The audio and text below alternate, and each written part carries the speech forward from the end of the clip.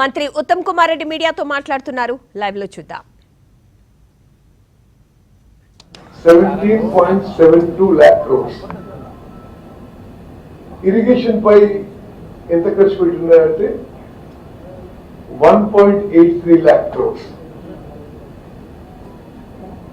అది కూడా ఎక్కువ శాతం ఇరిగేషన్ లో చాలా కాస్ట్లీ లోన్స్ తీసుకొచ్చి హై ఇంట్రెస్ట్ మీద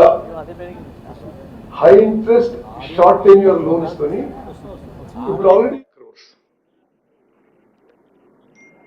అది కూడా ఎక్కువ శాతం ఇరిగేషన్ లో చాలా కాస్ట్లీ లోన్స్ తీసుకొచ్చి హై ఇంట్రెస్ట్ ఇరిగేషన్ బడ్జెట్ లో returning of early irrigation loans is also part of irrigation budget.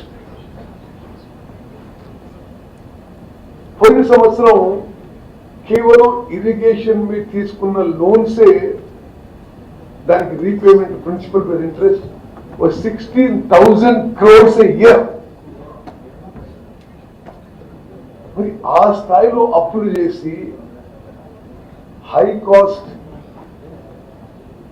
Short tenure loans తీసుకున్న లోన్సే దానికి repayment principal plus interest 16,000 crores a year. మరి ఆ స్థాయిలో అప్పులు చేసి high cost short tenure loans తీసుకొచ్చి రాష్ట్రానికి ఏమైనా ప్రయోజనం జరిగిందంటే ప్రయోజనం కంటే నష్టం చాలా ఎక్కువ జరిగింది.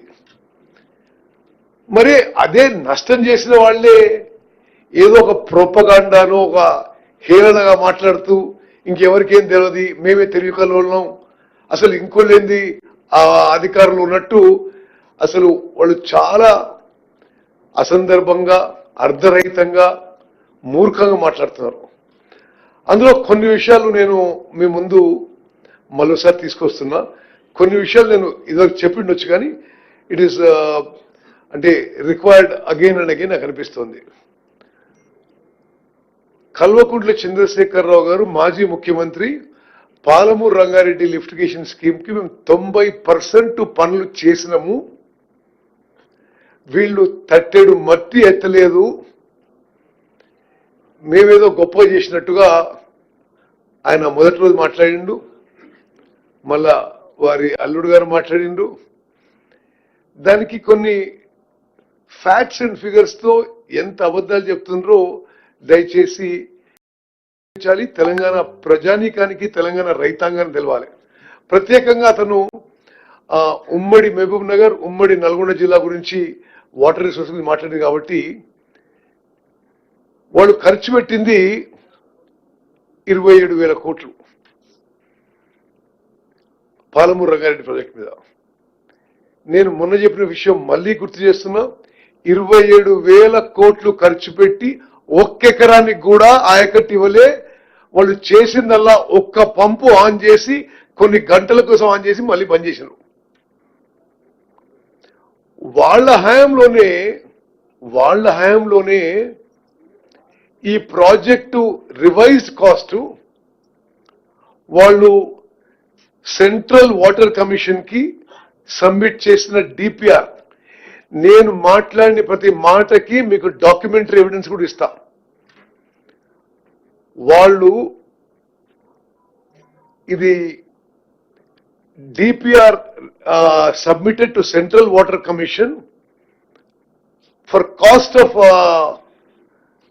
Palamuru Rangareddy lift irrigation scheme is 55,086 crores. అంటే మీరు లెక్కలు కూడా అర్థం చేసుకోండి. ఆ పెద్ద మనిషి ఏమన్నాడు, 90% పనులు చేసినావు, వీళ్ళు తట్టెడు మట్టి కూడా ఎత్తలే, వీళ్ళు అది చేసినవి.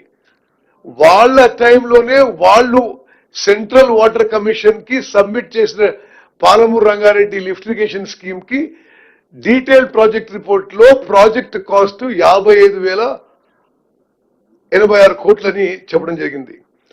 మరి ఈ 55,000 కోట్లలో పూర్తి స్థాయిలో ఆయకట్టు కాలువలకి, డిస్ట్రిబ్యూటరీ ఛానల్స్, ల్యాండ్ అక్విజిషన్ కి R&R కూడా ప్రొవిజన్ ఇవ్వలే. కేవలం అంటే ఈ 55,000 కోట్లు కాకుండా నేను చెప్పే విషయం,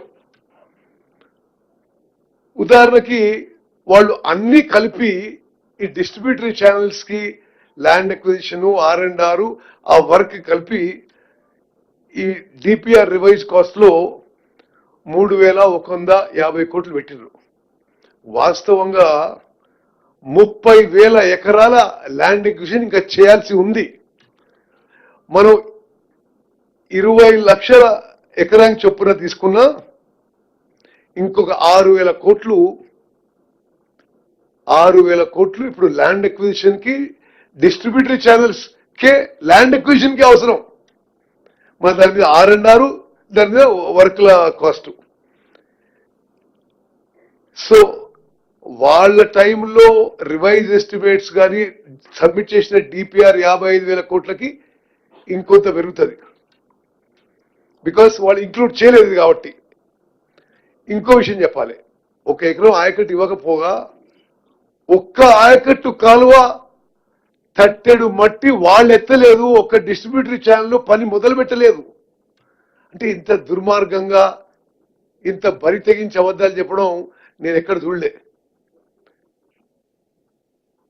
అదే విధంగా అంటే మొత్తం ఎంత ఖర్చు పెట్టిండ్రు ఇప్పుడు ప్రాజెక్టు పూర్తి అయిన నాటికి,